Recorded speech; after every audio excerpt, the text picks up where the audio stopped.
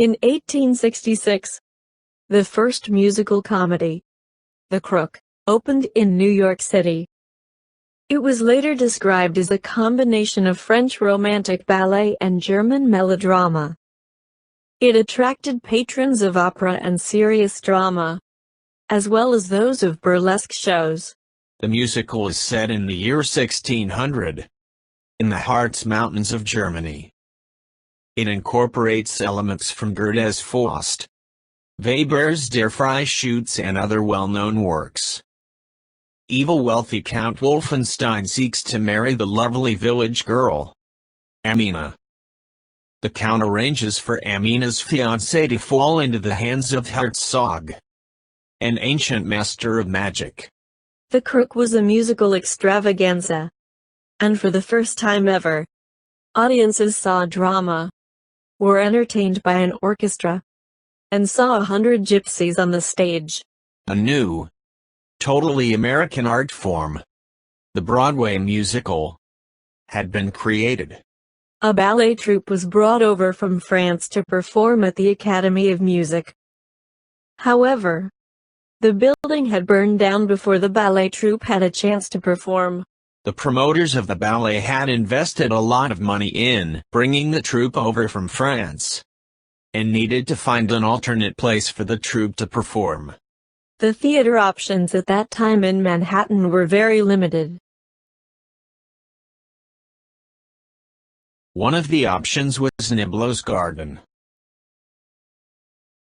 Niblo's Garden on Broadway, near Prince Street in Lower Manhattan, seated 3,200 people, and had the best-equipped stage in the city. But the theater was already committed to the production of The Crook, a second-rate play, with little chance of success. The decision was made to incorporate the ballet troupe into the play, resulting in a musical extravaganza of more than 5 hours in length. The addition to the play of music, songs, and most importantly, the somewhat scantily dressed dancing girls of the ballet troupe, made The Crook an instant success. The Crook had a run of 16 months, and grossed over $1 million.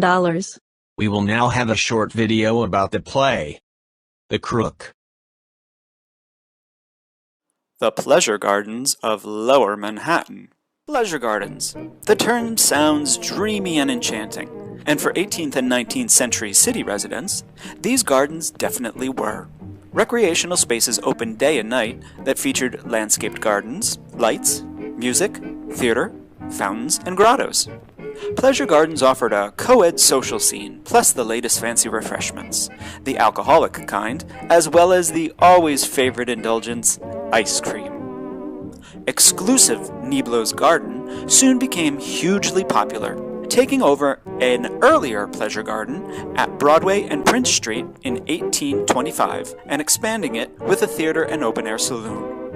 In 1835, Niblo's Garden hosted P.T. Barnum's first ever exhibition, making his entry into show business.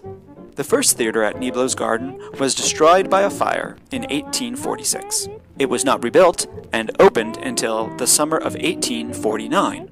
The theater seated approximately 3,200 people and had the best-equipped stage in the city. Italian opera began to be produced there, with seats being sold at $2 each, which was far from what later became known as American musical comedy. The play created a great deal of controversy, universally condemned for its obscene decadence. Of course, there was no nudity, only chorus lines of shapely dancers draped in see-through robes outlining what appeared to be beautiful naked bodies. However, the girls really wore silk tights. It was supposed to celebrate the glorification of women, but for some reason this did not make a lot of sense anywhere beyond New York because the show was not as accepted.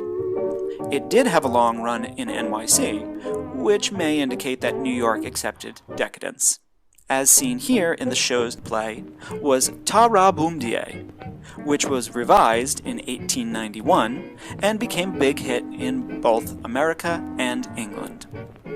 The final performance, 95, A few weeks later, the building was destroyed to make way for a large office structure erected by sugar refining titan Henry O. Havermeyer. Here is the corner of Broadway and Prince as it stands today. It is now home to Armani Exchange, Equinox Gym, and many other commercial stores and offices. We will now have another short video about the play, The Crook. In 1866, at Niblo's Garden, a new show appeared. Some may even claim that this is the earliest create profit because it was so badly written. Also, the actors were untalented. However, by chance, the Academy of Music in New York had a fire in their theater, and many ballerinas had nowhere to perform. Seeing an opportunity to make the horrendously written show more entertaining, the dancers were added to the show. These girls attracted audiences as they were scantily clad on stage. However, because of the underdress and enormous amounts of revenue. In fact, the show was so popular it ran for 474 performances. In addition, because the Civil War had ended, more people were able to venture to the theater, like women who had been involved in the war effort, and those who had not been able to travel to the theater but now could due to the developing railroad system in the United States. The success of The Crook in 1866 led to many other productions based on the same basic idea. Two different formats evolved. One was the variety shows, such as the burlesque, vaudeville, and revue, which had a series of unrelated acts or skits, not following any particular overall storyline. The other format was the operetta and then later the book musical. The operettas were mostly of European origin and style. It is a musical drama that is generally comic or romantic in nature and has songs and dance together with spoken dialogue. The early musicals, from about 1900 to 1927, were usually two-act shows. The first act presented a problem, such as a broken romance in the second act. The problem was resolved. The acts had opening and closing musical numbers, and the closing numbers usually involved the whole cast filling the stage. Operettas. Operettas flourished in the 19th century as in the case of Gilbert and Sullivan's operetta such as the HMS Pinafore, the Pirates of Penzance, and the Mikado.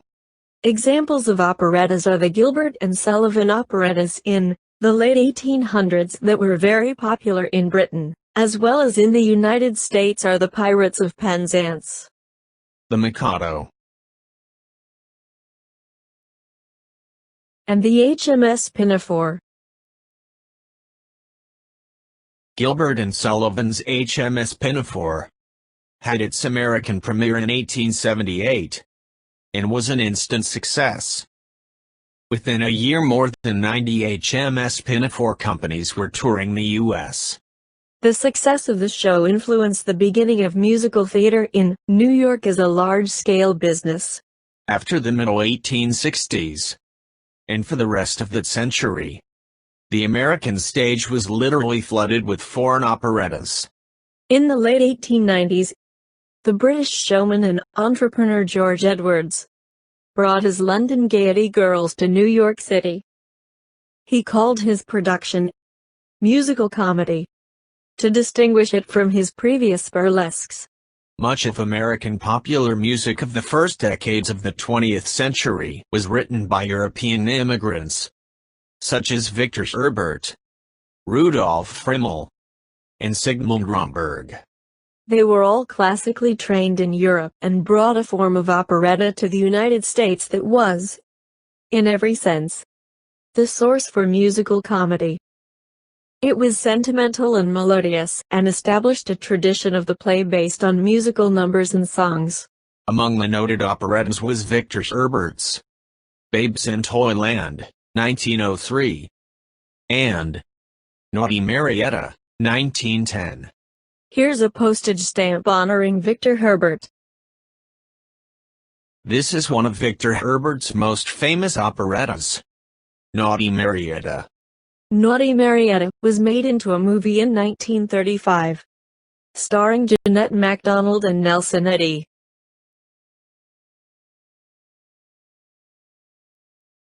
Here is a clip from Naughty Marietta, with Jeanette MacDonald singing "Aw Sweet Mystery of Life."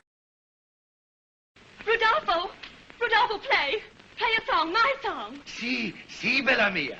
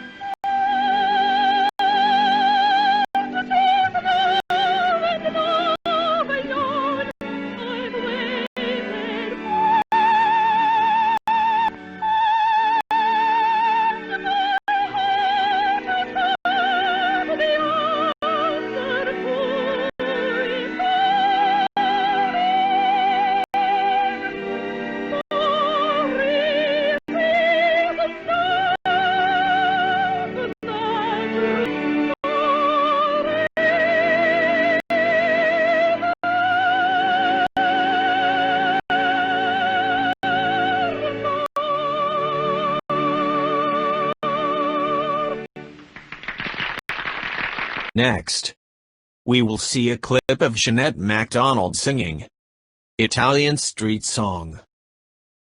I really am sorry. I'll tell you what you do. You push me down. I'll call the police and push you out. Poor Blue Eyes. Because, you see, I'm the police.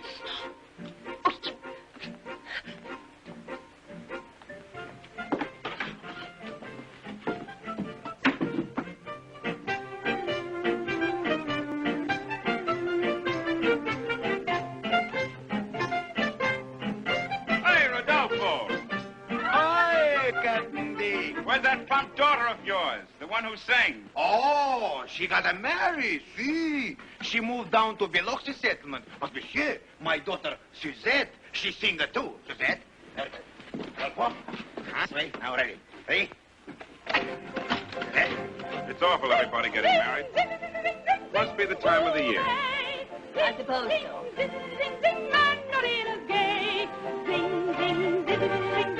Competition, little ice cake. How do you suppose she knew I like to be sung to? I have no idea. La la la la ha ha ha. Sing,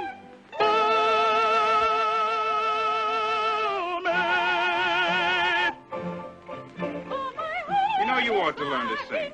It's an added charm. Of course, I don't expect you to sing as she does. Her reverie, her sweet reverie, the mandolina.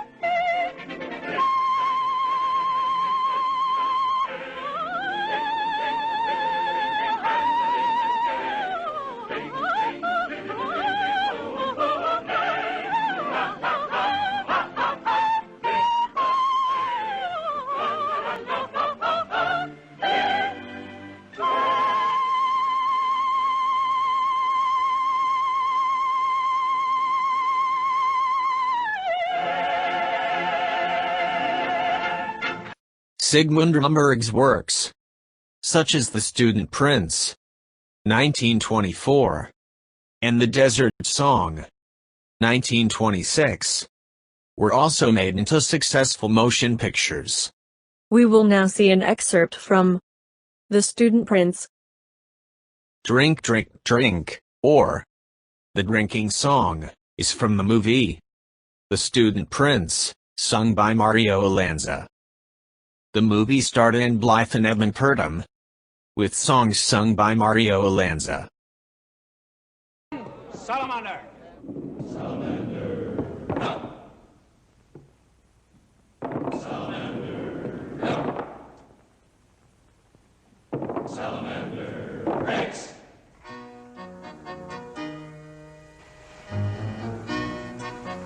Drink it down in one breath.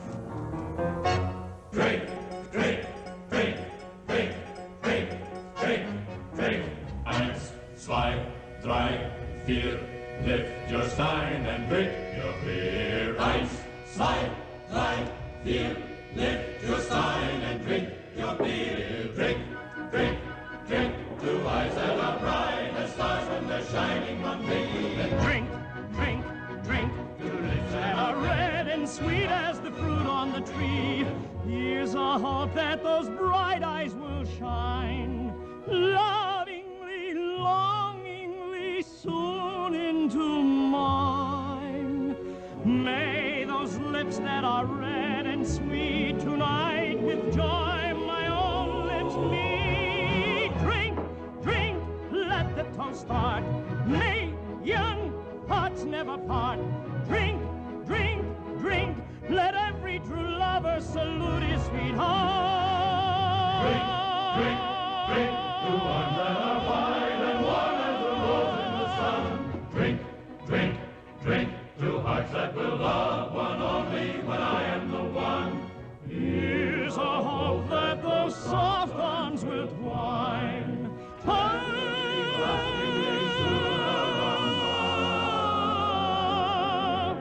All I ask is the right to see those smiling eyes beguiling me. Drink, drink, let the toast start. May young hearts never part. Drink, drink. Let every true lover salute his sweetheart. Let's drink. One of Rudolf Frimmel's most famous operettas was The Vagabond King. Franz Lehar's The Merry Widow, in 1907, was a very successful operetta. This is Franz Lehar. The basic components of story, song, and dance were present in musicals from the beginning until the late 1920s. The emphasis was on song and dance. Plots were kept simple. Boy meets girl. Boy loses girl. Boy gets girl. This easygoing plot with its happy ending provided the skeleton that was fleshed out with songs, chorus lines, and solo dance routines. An example of this is Florodora, a British production at the Casino Theatre.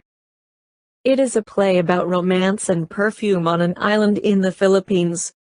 Had a bevy of lovely ladies twirling parasols, and a string of gallant gentlemen in morning suits singing, "Tell Me Pretty Maiden," to them. We will now have an excerpt of Tell Me Pretty Maiden, from the musical Florodora.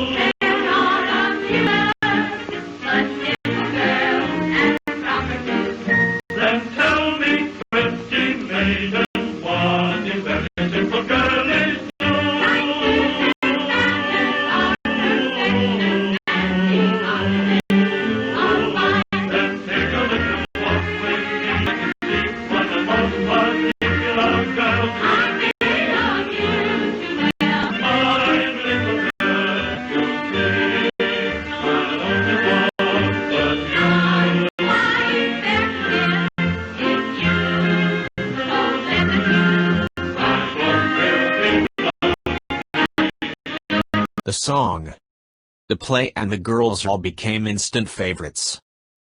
Florodora was a huge hit. The show ran for 553 performances and was revived many times. All 6 of the pretty maidens became the wives of millionaires within a very few years. Although not an original cast member, 16-year-old Evelyn Nesbit, the infamous girl on a swing, became a Florodora girl. She went on to greater fame in 1906, when her jealous husband shot and killed architect Stanford White, her unfortunate lover. Vaudeville. Vaudeville was a series of acts presented by comics, singers, acrobats, and other performers. Here is an advertisement for a vaudeville show. Vaudeville comedians Joseph Weber and Lou Fields turned their act into a popular series of Broadway musicals and revues. Fields saw his children, Herb, Dorothy and Joseph, succeed as lyricists and librettists in musical theater and film. A favorite vaudeville song of the period was Ta-ra-ra Boom Da, dating from 1891. We will now have a short clip of the song, Ta-ra-ra Boom Da. Ladies and gentlemen, the sumptuous Winnie Whoopsie Tappleton.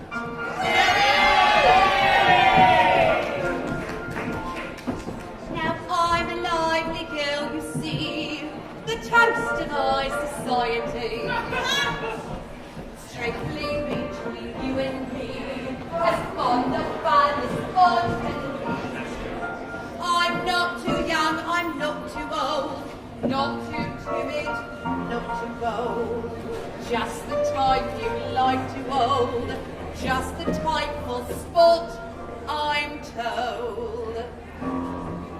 Ta-ra-ra, boom-yay, ta-ra-ra, boom-yay, ta-ra-ra, boom-yay, ta-ra-ra, boom-yay, ta-ra-ra, boom-yay, ta-ra-ra, boom-yay, ta-ra-ra, boom-yay. When I was a little girl, of a little frame and little curl, not ready for the social world, not ready for the cad or churl. You see, I'm rather older now, of a larger frame and larger brow, and all that Mama would not allow, I'm ready to show you and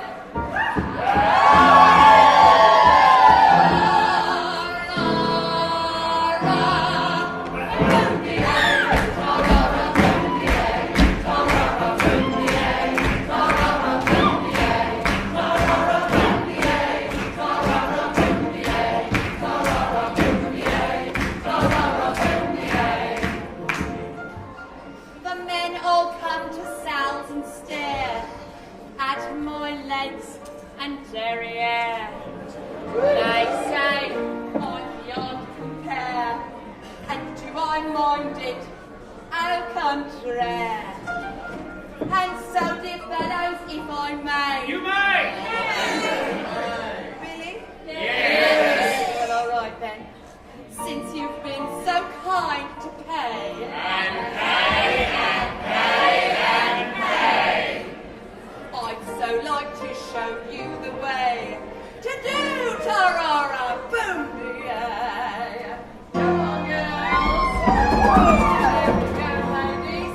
Ta-ra-ra boom-yay. Ta-ra-ra boom-yay. Ta-ra-ra boom-yay. Ta-ra-ra boom-yay. Talking motion pictures, beginning in 1927, became vaudeville's kiss of death, and the replacement for low-priced mass entertainment. Still, vaudeville was extremely popular entertainment, and its growth ran parallel to that of Broadway plays and musicals in the 1920s and 30s. Al Jolson, In the Jazz Singer was the first motion picture with synchronized sound. George M. Cohan was a major figure in the development of the Broadway musical. The settings, characters, dialogues, lyrics, and melodies of Cohan's musicals were thoroughly American. The spirit of brashness, cocksureness, energy and patriotism that pervaded the Cohan musicals were also unmistakably American. George M. Cohan ushered in the heyday of musical comedy with his productions. They introduced such memorable songs as You're a Grand Old Flag, Give My Regards to Broadway, and Over There. Over There was a very popular song of the World War I era. This is George M. Cohan. This is George M. Cohan and Family. George M. Cohan and Family. A famous saying by George M. Cohan is, My mother thanks you. My father thanks you. My sister thanks you. And I thank you. In 1904, Cohan authored a musical called Little Johnny Jones. After 3 attempts, it was a failure. Still, he persevered, took the show on tour, and reworked it several times before returning it to Broadway. Little Johnny Jones opened on Broadway at the Liberty Theater in 1904. This time it was well received. It is the story of an American jockey accused of misdeeds in England. The song, Yankee Doodle Boy, is from the musical Little Johnny Jones. We will now have a clip of the song, Yankee Doodle Boy, from the musical, Little Johnny Jones.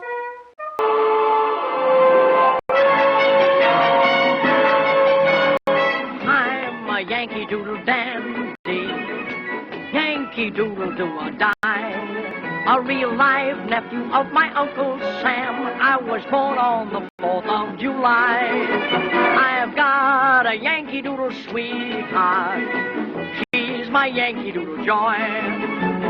Yankee Doodle came to London just to ride the ponies. Say, I am a Yankee Doodle boy. He's a Yankee Doodle dandy, a Yankee Doodle do or die. A real live nephew of his Uncle Sam, born on the 4th of July. I've got a Yankee Doodle sweetheart. She's my Yankee Doodle. Yankee Doodle came to London just to ride a pony. I am a Yankee Doodle boy.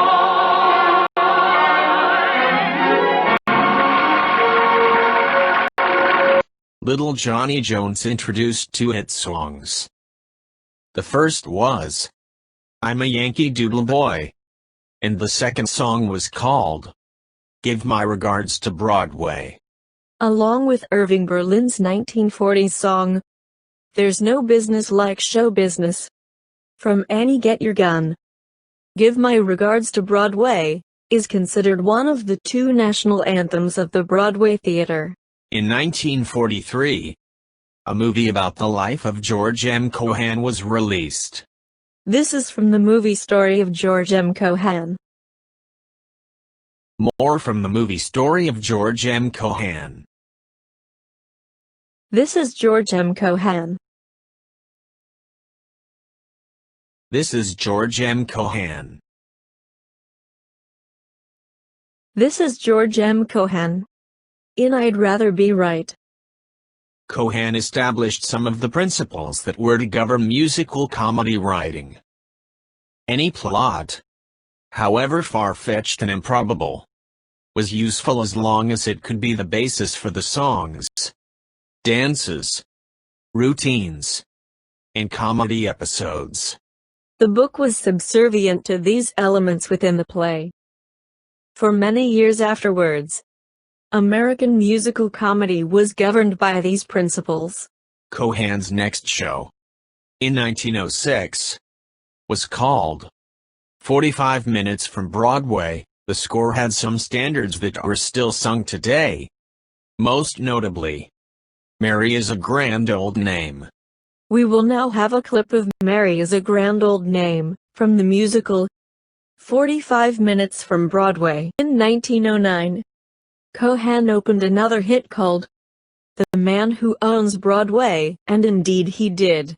This is Looking North from 33rd Street.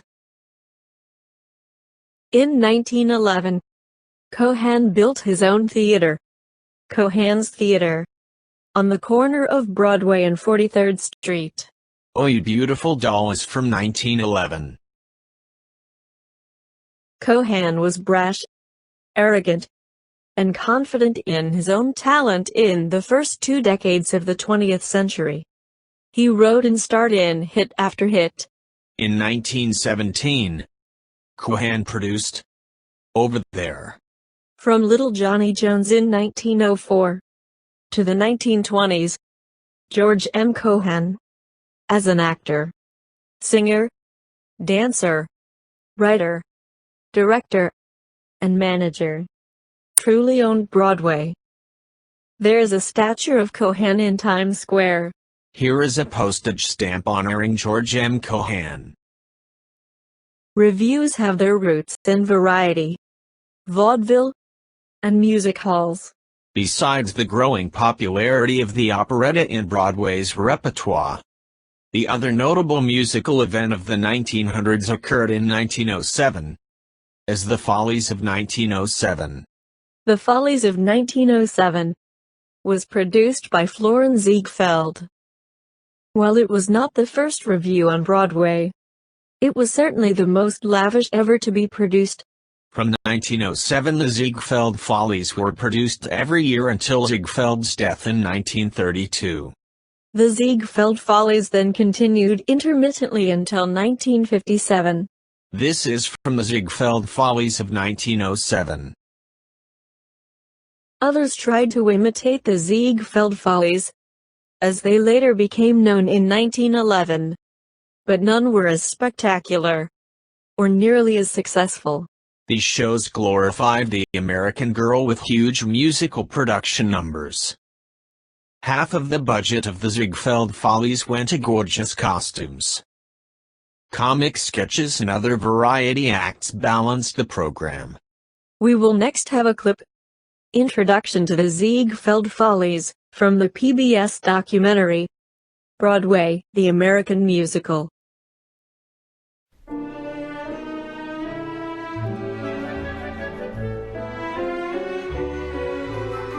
When the curtain would rise on the Ziegfeld Follies, first and foremost you'd see spectacular settings, the like of which you'd never seen before, shimmering with color and light. Then we bring out the ladies of the ensemble.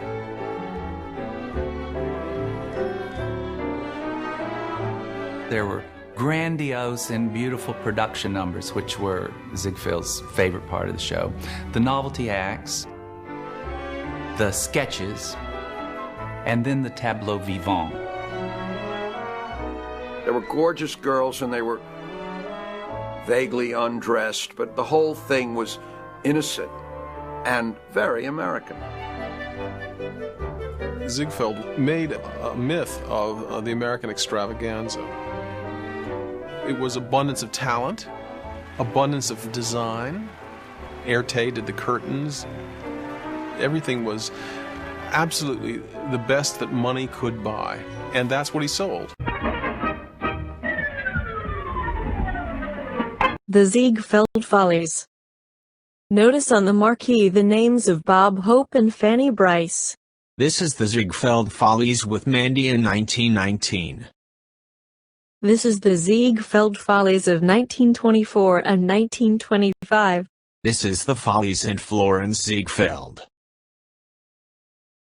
Florence Ziegfeld was the impresario extraordinaire. This is Florence Ziegfeld. Fanny Brice was signed by Ziegfeld in 1910.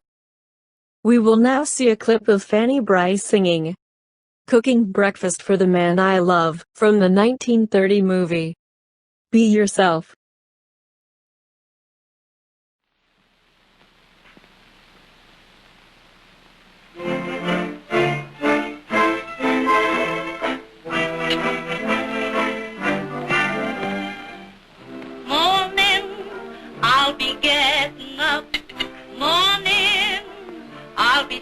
up a tiny table for two. Breakfast, I'll be making his breakfast. He'll be taking his shave and his shower. My happy hour. The coffee is steaming. Oh boy, what I'm dreaming. While I'm cooking breakfast for the one I love. A baby like bacon, and that's what I'm making.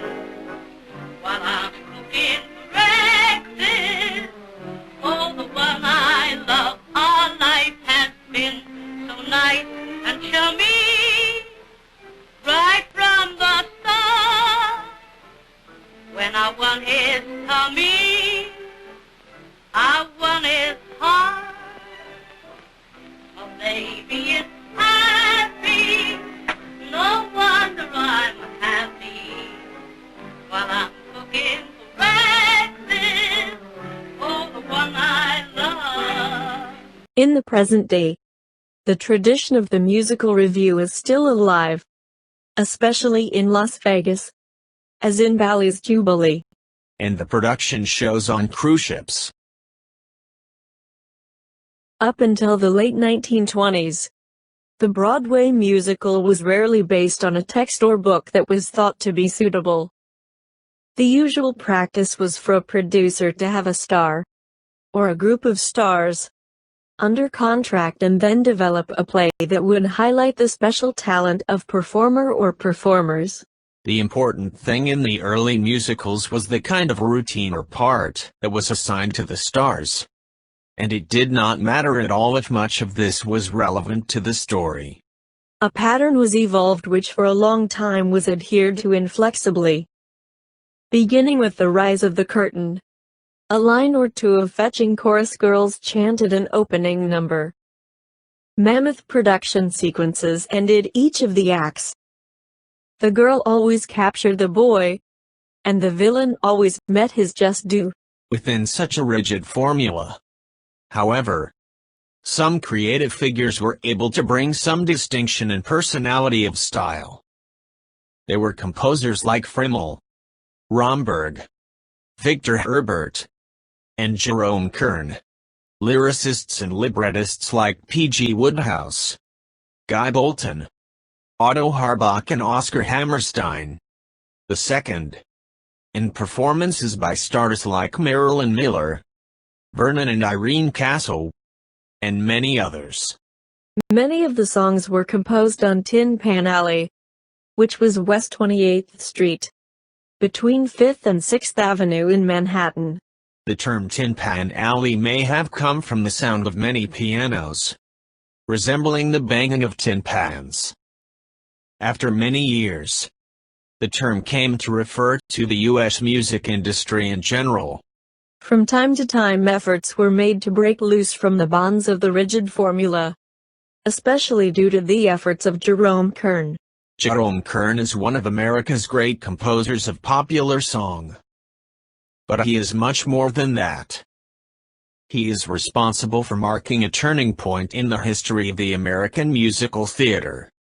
When Jerome Kern started writing and plugging his songs at the turn of the century, the majority of American theater music was strongly influenced by the European or Viennese style. Victor Herbert was the master of this kind of writing. However, after Kern's Showboat, the Broadway musical was changed forever. Jerome David Kern was born January 27, 1885, in New York City. Throughout his career, Jerome Kern composed nearly 700 songs for 117 musical shows and films between 1905 and 1945. It was, however, more than just the number of songs or the number of shows that was important. It was his influence on the whole nature of the American musical theater.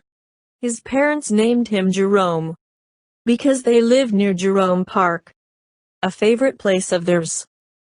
Jerome Park was named after Leonard Jerome, who was the father of Jenny Jerome, mother of British Prime Minister Winston Churchill.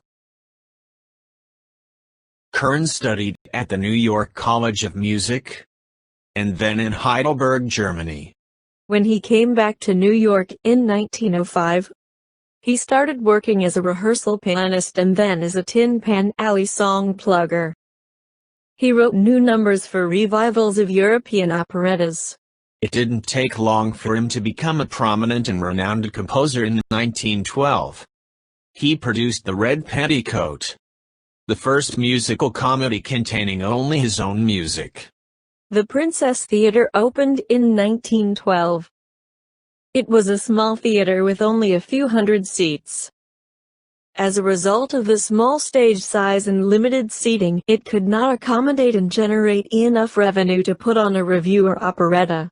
Instead, it was decided to put on a small-scale musical in which the book or plot would be the most important element, and with much less emphasis on an extravagant stage production that was in vogue at the time, such as the Ziegfeld Follies. In the 1920s, the Princess Theatre shows, with texts by Guy Bolton, lyrics by P.G. Wodehouse, and music by Jerome Kern, represented for the times a radical departure from the kind of musicals then popular on Broadway. The Princess Theatre shows concentrated on intimate and informal entertainment with small casts and no stars.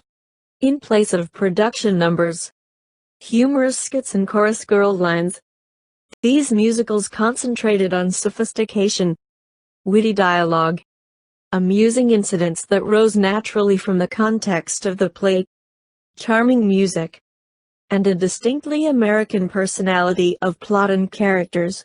The first show of the Bolton, Wodehouse and Kern team was Nobody Home, which was a substantial success. The next effort was an even greater success in 1915. By this time, the songs of Jerome Kern appeared in as many as 7 or 8 Broadway shows a season. Kern then wrote for Oh Boy, in 1917. This show ran for 463 performances at the Princess Theatre. A major step forward in Kern's career was the score for the show Sally, in 1920.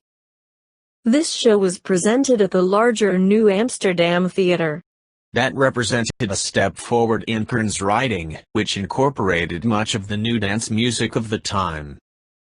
That show gave us Marilyn Miller singing "Look for the Silver Lining," a perfect example of Kern's melodic purity. This show was the basis of a movie of the same name. Kern joined Oscar Hammerstein II in 1925, with whom he would have a lifelong friendship and collaboration. Oscar Hammerstein II was born in New York City in 1895. He attended Columbia University Law School and served as an apprentice in a law firm. After only a year in law school and the law firm, his love for show business caused him to quit both. Hammerstein became involved in every aspect of show business, including management, production, and writing. He soon realized that the most important element of a successful theatrical production is a quality plot. He then turned his efforts to writing both dialogue and lyrics, and that became his chief focus for the rest of his life. He had great success with his partnership with Jerome Kern, and later with Richard Rodgers. In 1927, Kern teamed up with lyricists Otto Harbach and Oscar Hammerstein for the show Sunny. That show included the hit song Who. This early collaboration with Hammerstein was to lead to a lifelong friendship and professional relationship that resulted in the best-known Kern score, Showboat, in 1927. The greatest revolution in the American musical theater came in 1927, with Showboat, by Oscar Hammerstein II, and Jerome Kern. Showboat is a remarkable achievement, and marked a major change in the way musicals were presented. Oscar Hammerstein The second wrote the lyrics, and Jerome Kern composed the music for Showboat. Showboat represented a completely new genre. The musical play is distinguished from musical comedy. Now, the play was the thing, and everything else was subservient to it. Now, at last, came complete integration of song, humor and production numbers into a single and inextricable artistic entity. Finally, there was a musical with a consistent and credible storyline, authentic atmosphere, and three-dimensional characters. Showboat represented the completely new type of a musical play as distinguished from musical comedy. Now, the play was the thing, and everything else was subservient to that. Prior to Showboat, most musicals were more of a musical review of assorted songs and dance numbers with very little of a storyline. Showboat changed all of that. The Broadway show opened at the Ziegfeld Theater in New York in 1927, where it ran for a year and a half. Showboat was adapted from Edna Ferber's novel of the same name. Movie versions of Showboat came out in 1929. 1936. And 1951. Of the 8 songs in the shows, 6 have become all-time standards, and 3 film versions of the show have been made. We will now see a video clip of the Showboat title sequence.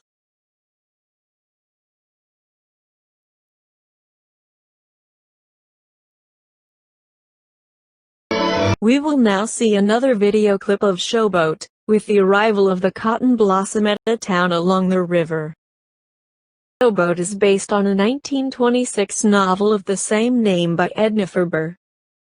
It chronicles the lives of 3 generations of performers on the Cotton Blossom, a floating theater that travels between small towns on the banks of the Mississippi River. From the 1880s to the 1920s. This is a postage stamp honoring Edna Ferber.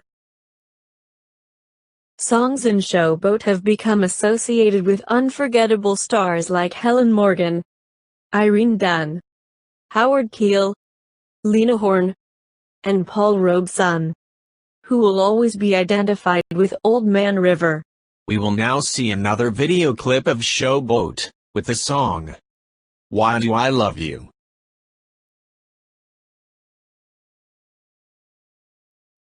We will now see another video clip of Showboat, with the song, Can't Help Lovin' It Man of Mine.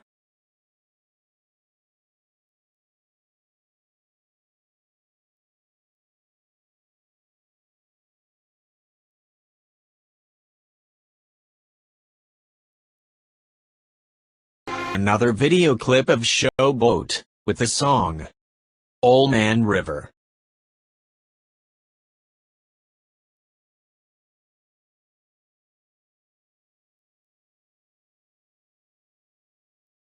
We will now see another video clip of Showboat, with the song, After the Ball Is Over.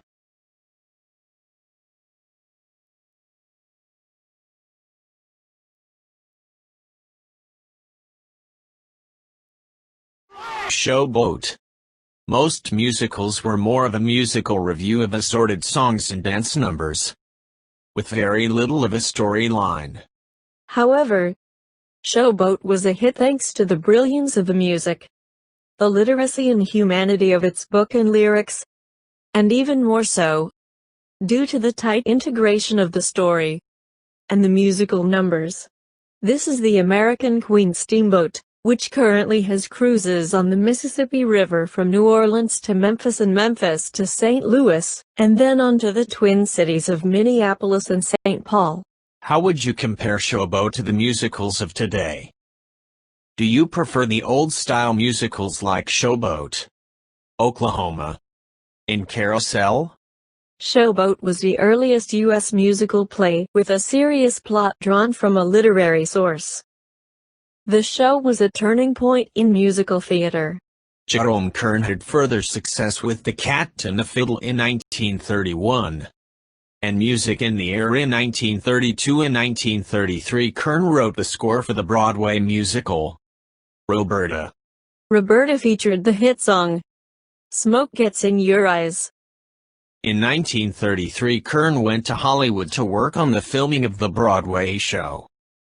From this time on, he devoted himself to the film musical, although he did return to Broadway every so often. His last Broadway show in 1939, Very Warm for May, was a dismal flop due to the inferior book.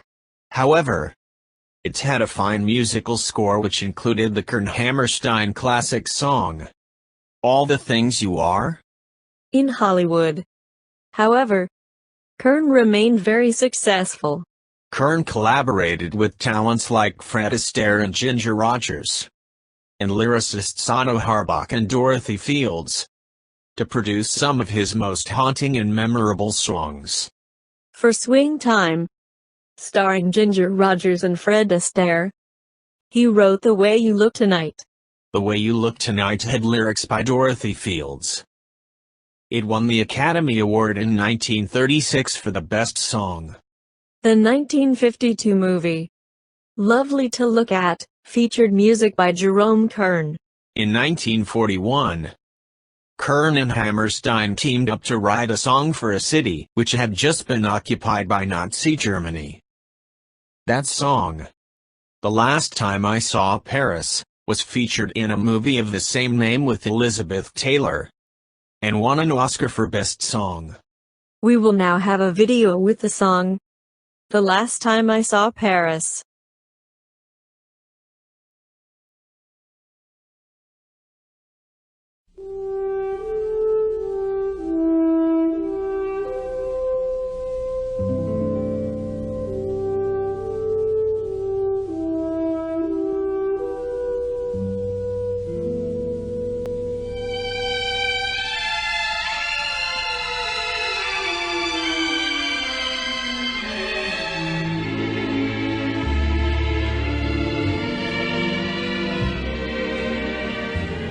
The last time I saw Paris, her heart was warm and gay. I heard the laughter of her heart in every street cafe. The last time I saw Paris, her trees were dressed for spring, and lovers walked beneath those trees, and birds found songs to sing. Jerome Kern died suddenly, on a cold winter day in Manhattan, on November 11, 1945, at the age of 60. This was after a career that spanned 43 years. Jerome Kern's romance with the American musical and melody has brought us some of our finest songs. He, more than any other composer, has influenced the direction and inspired the creation of the first truly American musical theater. Oscar Hammerstein II summed it up best when he wrote of Kern, "He devoted all his lifetime to giving the world something it needs, and knows it needs beauty." In 1946, a film biography that was loosely based on the life of Jerome Kern was released called Till the Clouds Roll By. This is a poster for the movie Till the Clouds Roll By. In 1914, Al Jolson became the first performer to take a Broadway show, Dancin' Around, on the road. After Dancin' Around finished its run at the Winter Garden, it was the first show to make a national tour. Asked why he wanted to do this, Jolson's reply was, "How else can people in small towns across the country get to see a Broadway show or hear me sing?" How did the phrase, "The Big Apple," come to be a nickname for New York City? The phrase, "The Big Apple," referring to New York City, was first used in a 1909 book, The Wayfarer in New York, edited by Edward S. Martin. In a metaphor explaining the sentiment in the Midwest that the city receives more than a fair share of the nation's wealth, he explains, New York was merely one of the fruits of that great tree, whose roots go down in the Mississippi Valley, and whose branches spread from one ocean to the other. But the Big Apple, New York, gets a disproportionate share of the national sap. These are the U.S. immigration flows by country of origin. These are the U.S. immigration flows by country of origin in terms of the percentage of the U.S. population.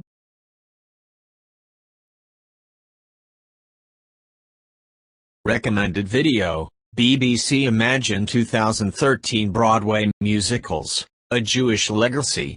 1 hour, 23 minutes. Recommended video, BBC Imagine 2013 Broadway musicals, A Jewish Legacy. 1 hour, 23 minutes. Table of contents.